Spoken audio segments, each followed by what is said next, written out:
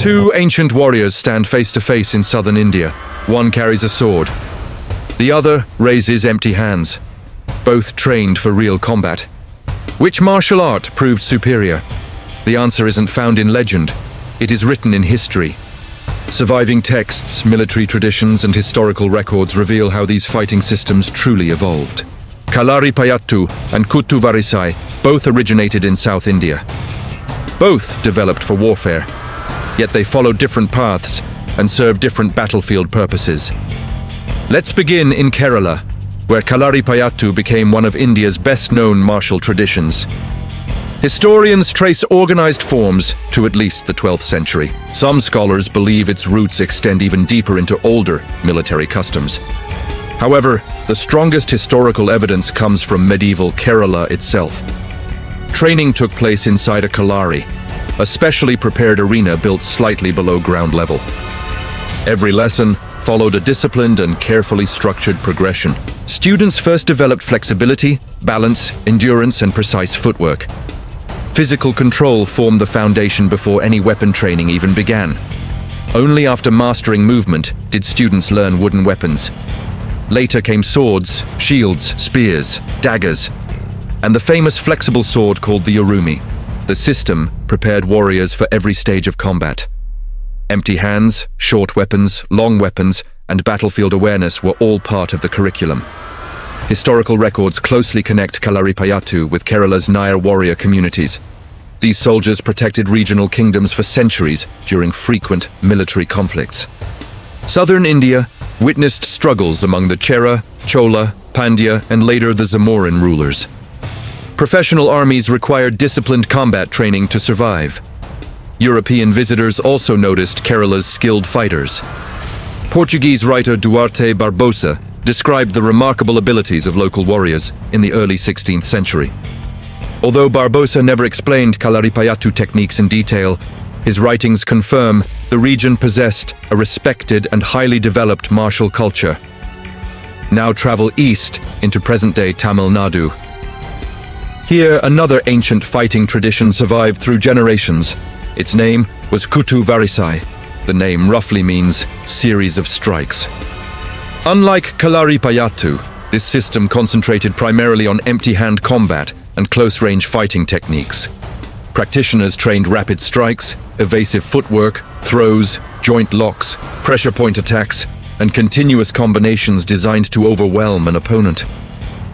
Historically, Kuttu Varisai existed alongside another famous Tamil martial art known as Silambam, which specialized in fighting with long bamboo staffs. Many students first mastered the staff before learning unarmed techniques.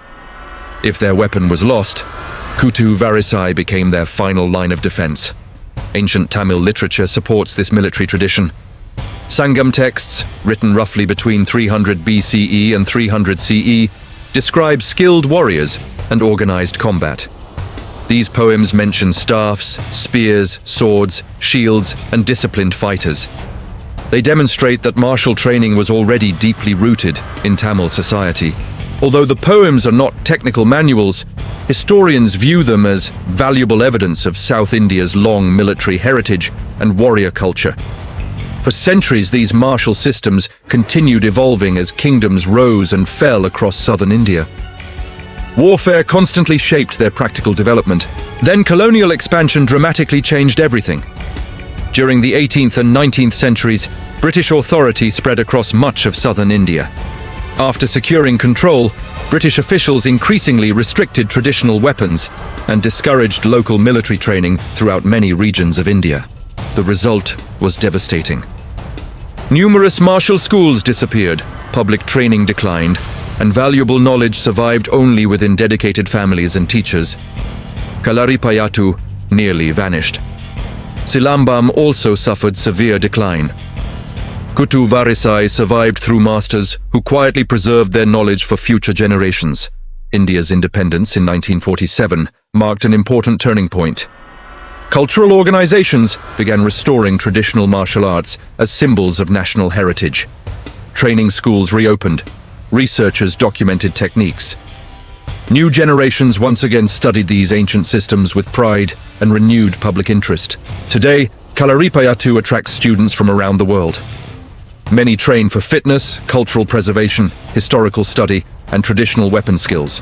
Kuttu Varisai continues to be taught alongside Silambam by experienced instructors who preserve its practical close combat methods and historical traditions.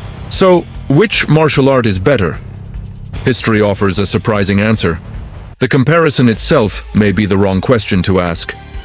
Kalaripayattu was designed as a complete battlefield system. It combined conditioning, weapons, empty-hand combat, and knowledge linked to traditional healing practices. Kuttu Varisai specialized in surviving without weapons. It emphasized speed, efficiency, balance, and rapid responses during close-range encounters. One prepared warriors for every stage of battle. The other focused intensely on what happened after weapons were lost or became useless. Military historians often avoid declaring one superior. Success has always depended more on training, discipline, experience, and tactical judgment than style alone. A highly trained fighter from either tradition could defeat an unprepared opponent, regardless of which martial art either person practiced. History repeats this lesson across cultures. Weapons change, tactics evolve, empires rise and fall. Human skill remains the deciding factor. Perhaps that is the greatest legacy of both traditions. They survived wars, colonial rule, political change, and centuries of history without disappearing.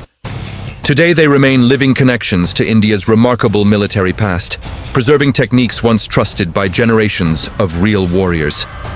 So who wins? History refuses to choose. Kalaripayattu built complete warriors. Kuttu Varisai perfected unarmed survival. Together, they preserve one extraordinary martial heritage.